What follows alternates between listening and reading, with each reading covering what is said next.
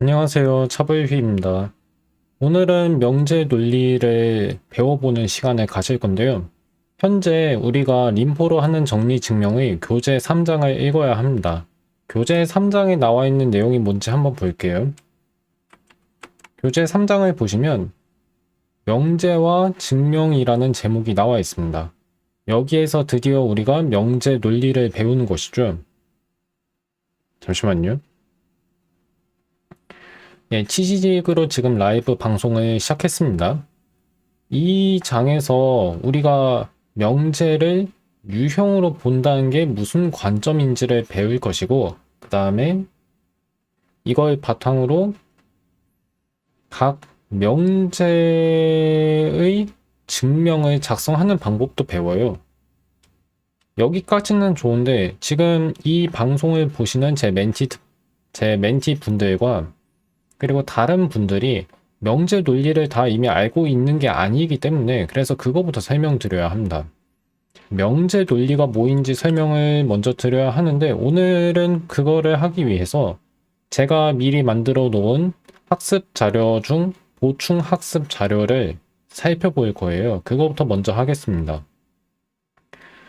여기에 나와 있는 것처럼 true, false, not, 그 다음에 and, or, 여기에 나와 있는 건 if, then, if 문장이라고 보시면 돼요. 그 다음에 if and only if. 나는 이 명제 논리의 구성 요소가 무엇인지를 먼저 이해하는 게 중요하고, 그 다음에 각각을 어떻게 사용하고 각각을 어떻게 증명하는지도 배웁니다. 그렇고, 린의 몇 가지 구문을 더 살펴보기도 하고요. 마지막으로는 고전 논리라고 하는 것은 구성주의 논리와 어떤 차이가 있는지 알아볼 것인데, 그래서 한자어로는 배중률이라고 번역하는 The Law of the Excluded Middle 이 무엇인지를 배울 것입니다. 그렇고 나서 그러고 나서 여러분이 여기에 나와 있는 명제를 직접 증명하실 거예요. 문제가 좀 많죠. 그러니까 증명해야 하는 명제가 많기 때문에 3장도 험난하다고 할 수 있습니다. 쉽지 않아요. 쉽지 않고 지금 제 멘토링 활동의 진행 상황을 보면 아무래도 멘티님들이 다들 좀 바쁘다 보니까 참여를 중단하신 멘티분들이 꽤 있고, 그 다음에 이 교재 2장을 학습한 다음 제가 낸 과제를 수행하시다가 중도 포기하시는 분도 있어요. 그만큼 이걸 본업이랑 병행하기가 상당히 어렵다는 얘기겠죠. 저도 그런 현 상황을 잘 인지하고 있습니다. 최대한 멘티님들에게 학습 부담이 너무 심하게 가지 않도록 앞으로 남은 기간 동안 진도를 개별 멘티마다 적절하게 조정할 거예요. 조정하고, 그리고 이 3장 연습 문제를 푸는 것도 버거운 분들에게는 제가 따로 1대1 학습 모임을 가시든가 아니면 서면으로 질문 답변을 주고받아서 좀 학습 어려움을 해소하려고 제가 많이 도와드리겠습니다. 그렇게 할 거고, 그러니까 진도 걱정 너무 안 하시면 좋겠다고 말씀드려요. 그렇고, 이제 제가 작성한 문서를 한번 볼 거예요. 문서 중에서 무엇을 먼저 볼 것이냐면, 약간 덜 중요하지만 알아두면 좋은 내용입니다. 이 명제 논리에서 얘기하는 명제라는 개념 자체에 대해서 먼저 한번 살펴보는 거예요. 그것부터 하고 내용을 시작하겠습니다. 잠시만요. 확대를 200배로 하고 진행할게요. 자, 명제 논리 그리고 명제에 대해서 설명을 하는데 영어 문서랑 한국어 문서를 지금 제가 다 만들어 놨습니다. 그래서 이번에는 한국어 문서도 볼 수 있죠. 지금 제가 고민하는 게 이거예요. 영어 문서랑 한국어 문서 중에서 무엇을 이 방송에서 보여드려야 하는지 그게 약간 고민이 되는데 음, 일단은 제 생각엔 영어 문서를 먼저 보여드리고 그 다음에 한국어 문서를 함께 보여드리면 될 것 같아요. The usages, the usages of the term proposition. 명제라는 용어의 용법. The term proposition has a broad use in contemporary philosophy. It is used to refer to some or all of the following: the primary bearers of truth value, the objects of belief and other propositional attitudes, i.e., what is believed, doubted, etc. IE라고 적어 있는 거 맞나요? 이드 에스트의 줄임말이라고 제가 기억하는데 이드 에스트라고 읽을 수도 있고 IE라고 읽을 수도 있네요. 예. IE가 한국어로는 즉 다시 말해란 뜻입니다. The reference of that clauses and the meanings of sentences. 자, 제가 번역을 해놨으니까 이거 그냥 바로 보여드리면 되겠죠? 동시대 철학이라고 얘기한 거는 그냥 현대 철학이라고 생각하시면 돼요. 명제라는 용어는 수학만의 용어가 아닙니다. 컴퓨터 과학만의 용어가 아니에요. 이건 철학에서 쓰이는 용어입니다. 그렇기 때문에 논리학자들도 이 명제라는 용어를 사용하고 철학자들도 사용해요. 그러니까 수학에서만 명제라는 개념을 쓰는 게 아님을 먼저 주의하셔야 합니다. 근데 이게 어떤 의미로 쓰이는지 한번 보시면 진리값의 주요 담지자. 담지자라는 말이 나오는데 담지자는 그냥 앞에 나와 있는 말에 해당하는 개념을 갖는 것이라고 보시면 돼요. 다시 말해서 진리값의 주요 담지자란 진리값을 갖는 것이라고 보시면 돼요. 진리값을 갖는 주요 대상, 어떤 것이라고 보시면 되고, 그러니까 간단하게 얘기하면 진리값을 갖는 것이고, 믿음이나 다른 명제적 태도의 대상. 명제적 태도는 무엇을 믿거나 무엇을 의심하는 등의 태도라고 보시면 돼요. 그냥 여기서는 믿거나 의심하는 것 정도로만 이해하셔도 괜찮습니다. 저도 그 정도로밖에 이해하지 못하고요. 그리고 그러면 이런 믿음이나 의심의 대상은 믿기는 것, 의심되는 것이라고 얘기할 수 있겠죠. 피동 표현을 쓰다 보니까 약간 어색하긴 한데 우리가 믿는 것, 아니 우리라고 얘기하면 안 될 것 같아요. 우리 말고 어떤 사람이 믿는 것, 어떤 사람이 의심하는 것이라고 볼 수 있겠죠. 그 다음 대절의 지시 대상물, 대절이 가리키는 바. I believe that 2 plus 2 equals 4. 아마 이런 문장에서 that 이하에 나온 2 plus 2 equals 4 같은 식이나 문장을 가리키는 게 아닌가 싶어요. 이게 한국어로 말하면 나는 2 더하기 2가 4와 같다고 믿는다 라는 문장이 되잖아요. 여기에서 2 더하기 2가 4라는 것을 믿는다 라는 부분, 여기로 보셔야겠죠. 2 더하기 2가 4라는 것, 그럼 라는 이라는 말 앞에 있는 게 대절의 지시 대상물이랑 같다고 볼 수 있지 않을까 싶어요. 저도 철학을 제대로 공부한 건 아니어서 이 설명은 좀 정확하지 않을 수 있습니다. 그냥 저의 추측이고, 마지막 문장의 의미. 문장의 의미라는 말이 들어있기 때문에 명제가 문장 중 어떤 종류의 것들이라고 얘기하기가 어려워져요. 즉 명제를 문장의 하나라고 보기 어렵다는 얘기입니다. 그게 아니라 명제는 문장의 의미다 라고 얘기한다는 거죠. 그렇게 볼 수도 있다는 얘기입니다. 그러면 한국 학교 수학에서는 명제라는 개념을 어떻게 설명하는지 한번 볼까요? 이거는 한국어 문서부터 보면 좋겠네요. 문장 2는 소수이다는 참이고 제곱근 2 더하기 제곱근 3은 제곱근 5와 같다는 것은 거짓이다. 이와 같이 참 거짓을 명확하게 판별할 수 있는 문장이나 식을 명제라고 한다. 여기에서 명제가 문장이나 식이 될 수 있다고 얘기했죠. 근데 앞에서는 그냥 단순히 문장이 아니라 문장의 의미라고 얘기했어요. 그렇기 때문에 위와 아래의 설명이 잘 맞아떨어지지는 않습니다. 그 점을 감안하셔야겠죠. 학교 수학에서 뭐 철학자들의 명제라는 개념을 어떻게 이해하는지까지 설명할 필요는 없긴 하니까요. 그렇고, 그러면 여기서 이제 제가 하고 싶은 얘기가 뭐냐면, 이 학교 수학에서 정의하는 명제라는 개념이 우리가 사용하는, 여기서 우리도 누구인지 한번 생각해 봐야겠죠.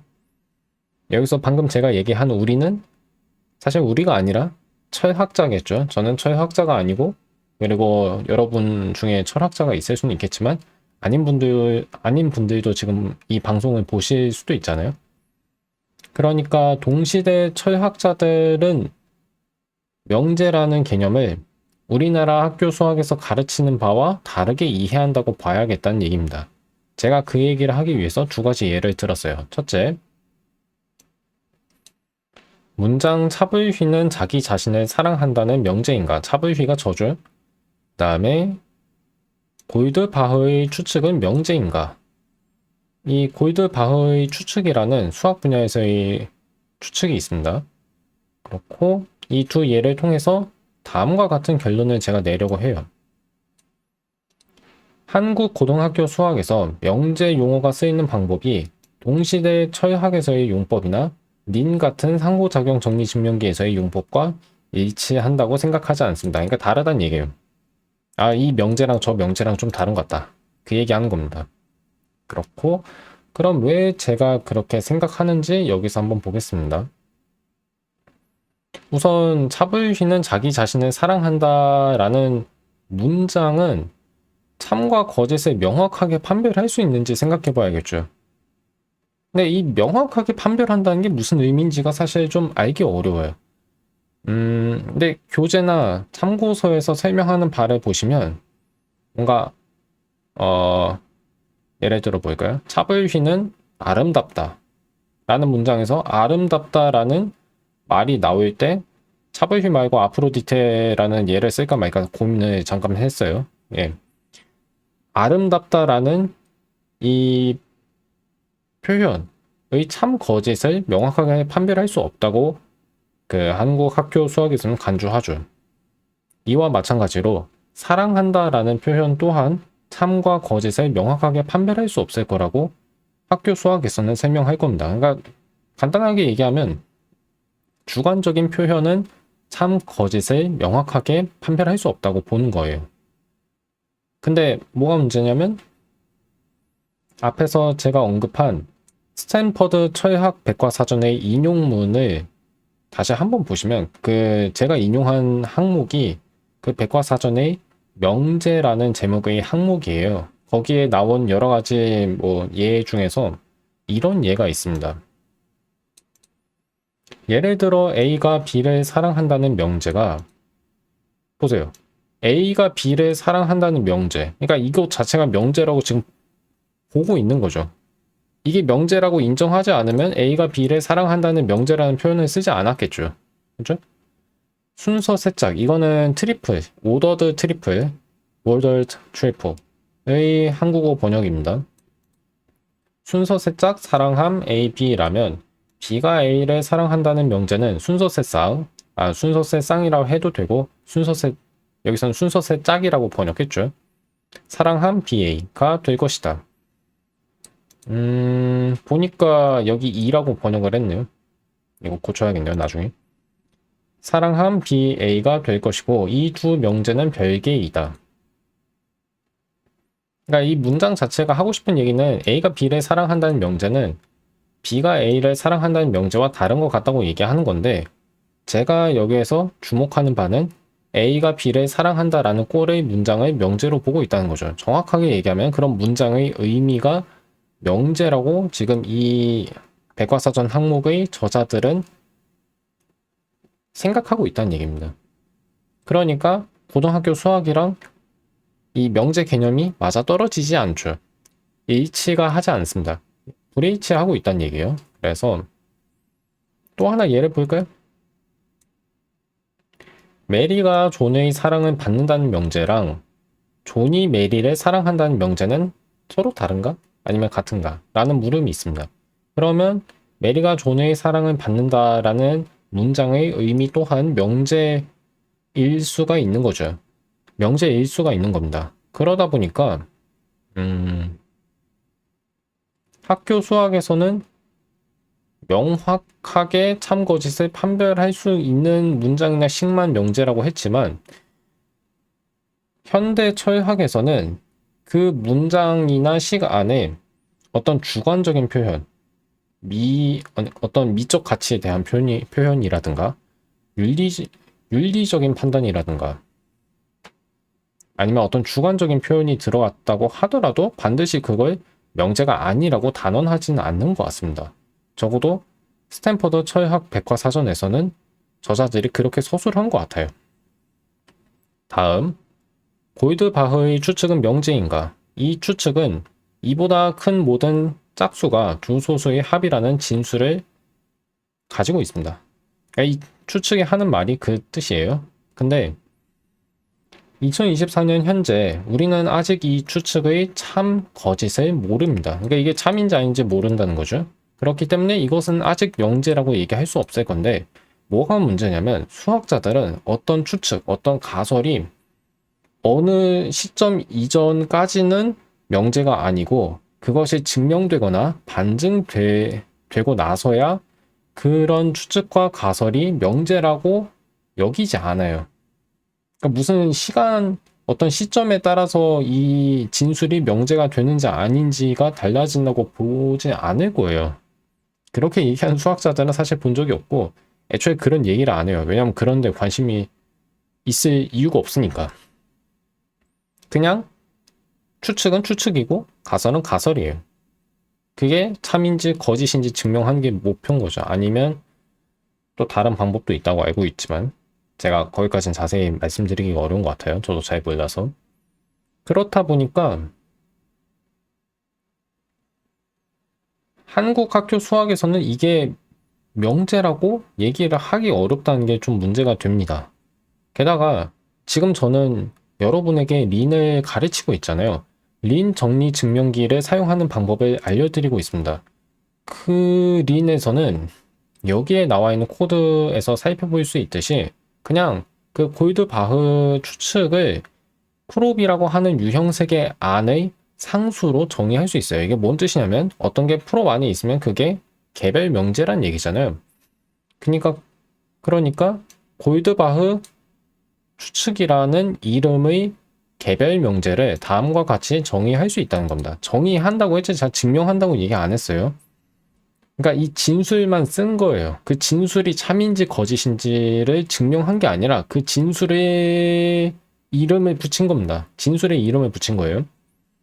그 내용을 보시면 모든 자연수에 대하여 그것이 짝수이고 2보다 클 때 어떤 PQ가 존재하는데 그 PQ는 모두 소수이고 그 다음에 PQ의 합이 N과 같다 라는 내용이죠.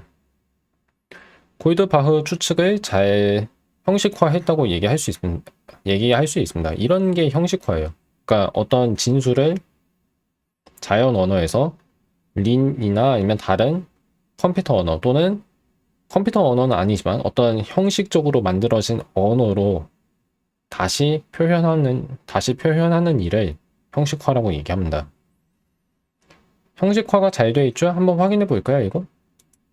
이거 한번 확인해 보겠습니다.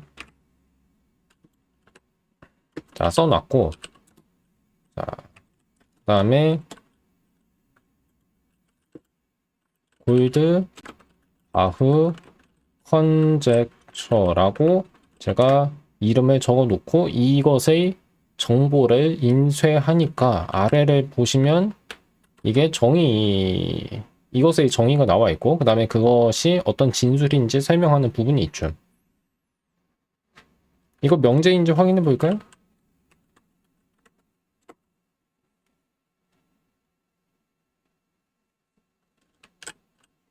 자, 이거 명제인지 확인해 보겠습니다. 명제 맞죠? 왜냐하면 골드바흐 컨젝처라고 하는 이 상수가 속하는 유형은 프롭이라는 유형색이니까요. 프롭이라는 유형색에 속하는 모든 항은 개별 명제입니다. 따라서 골드바흐 추측은 명제예요. 린에서는 그냥 이게 명제라고 바로 얘기할 수 있는 거예요. 근데 학교 수학에서는 이게 명제인지 아닌지조차 명확하게 얘기할 수 없어요. 근데 그 학교 수학도 세계 전체에 전체에 지금 적용되는 게 아니라 아마 한국만 그런 것 같아요. 한국만. 고등학교에서 명제를 가르치는 나라가 한국 말고도 더 있는지는 모르겠습니다. 그것도 수학 과목에서 그렇게 하는 나라가 한국 말고 더 있는지는 제가 아직 조사하지 않아서 모르겠어요. 제 결론은 아까 얘기했던 것처럼 명제라는 용어가 쓰이는 방법이 한국 고등학교 수학에서랑 현대철학과 일치하지 않고, 그리고 린 같은 상호작용 정리증명기와도 일치하지 않는다는 얘기를 했습니다. 뭐가 문제냐면 명확하게 판별하다라는 이 동사구가 무슨 뜻인지 파악하기가 어렵다는 거예요. 그러니까 이게 명확하게 판별할 수 있는 것처럼, 명확하게 판별한다는 게 무슨 뜻인지를 우리가 명확하게 판별할 수 있는 것처럼 생각하지만 그렇지가 않다는 겁니다. 그 예를 두 가지 들어드렸고, 그렇기 때문에 학생들이 이 명제 개념을 이해하기 더 쉽지 않다고 제가 여기에는 써놨는데, 근데 실제로는 이렇겠죠. 학생들이 뭐 이런 것까지 생각하기는 좀 어려울 거예요. 그러니까 이런 걸 생각한 학생들이 만약 있다면 이건 깊게 생각한 겁니다. 그러니까 좀 역설적이지만 깊게 생각한 사람이 오히려 손해를 볼 수 있어요. 왜냐하면 깊게 생각하니까 개념이 자꾸 꼬이거든요. 이게 명제인지 아닌지 판단하기 어려운데 다른 데서는 이게 명제라고 얘기하면 그럼 내가 알고 있는 명제 개념이랑 다른 데서 얘기하는 명제 개념이 다를 수밖에 없다고 판단해야겠죠. 그렇죠? 다르다고 판단할 수밖에 없습니다. 그래서 저는 일단 영상은 여기에서 잠깐 끊을 건데 이 얘기를 하면서 마무리할게요. 왜 한국 고등학교 수학은 명제라는 개념을 이런 방식으로 설명하는가에 대해서 생각해 볼 필요는 있습니다. 우선 수학 과목에서 명제를 설명할 때는 주관적 표현이 들어간 문장 같은 것도 명제인지 아닌지는 사실 굳이 따질 필요가 없는 게 맞아요. 그러니까 이거는 관심 대상이 아닙니다. 그렇기 때문에 이게 명제인지 아닌지 논하는 거는 적어도 수학 과목 안에서는 불필요하다고 얘기할 수 있어요. 그건 저도 동의합니다. 동의하는데 추측은 좀 문제가 돼요. 그러니까 추측이 명제인지 아닌지 판단을 하기가 어렵다는 건 좀 수긍하기가 어렵습니다. 왜냐하면 수학자들은 그런 걱정 안 하거든요. 근데 학생들 입장에서 추측을 그냥 명제라고 말을 할 수 없다면 도대체 추측은 뭐라고 얘기하네? 그럼 이게 명제가 아니면 이건 뭐예요? 그리고 더 큰 문제는 뭐냐면 이게 시간에 따라 마치 함수인 것처럼 표현이 된다는 겁니다.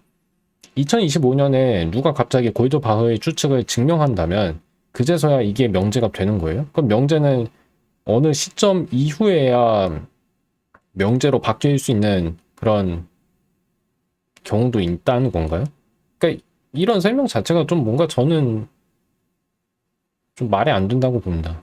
그러다 보니까 저희 제안은 우선 왜 한국 학교 수학은 명제를 이렇게 가르친지에 대한 이유를 좀 더 논의해 볼 필요가 있다는 거고, 그리고 관련 연구라면 언제부터 명제를 이렇게 가르쳤는지 좀 알 필요가 있어요. 제가 예전에 그걸 시도하긴 했는데 국립중앙도서관에서 수학 교과서를 그 온라인으로 볼 수도 있거든요. 볼 수도 있는데 아마 90년대인가 그때부터 명제를 이렇게 설명했던 것 같아요. 근데 정확한 연도가 기억이 안 납니다. 그래서 이거는 확실하진 않아요. 어쨌든 어느 시점부터 명제를 이런 식으로 가르쳤는데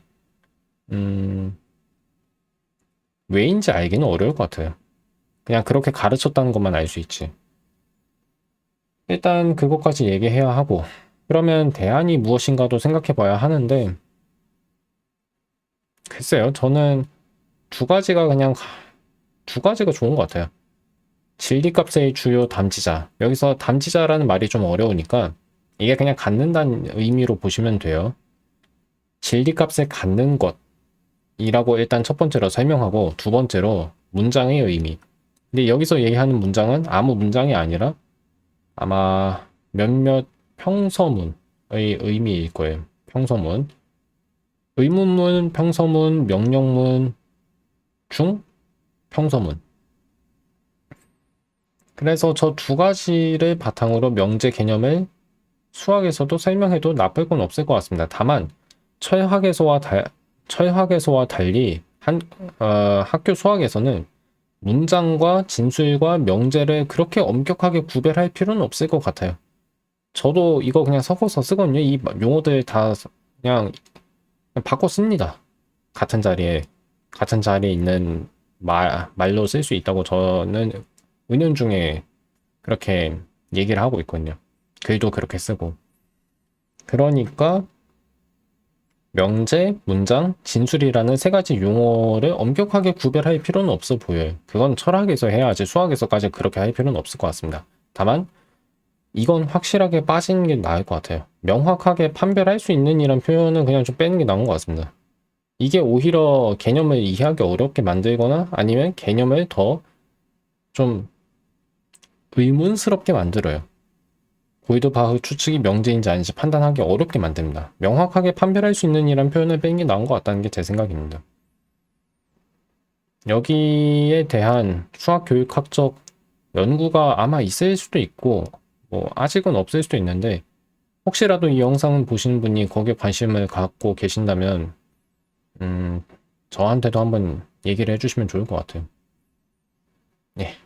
제 영상은 여기서 마무리하고 곧바로 이어서 다음 문장이 아니라 다음 문서를 보겠습니다. 그리고 한국어로 제가 설명하니까 한국어 문서를 보는 게 확실하게 편하네요.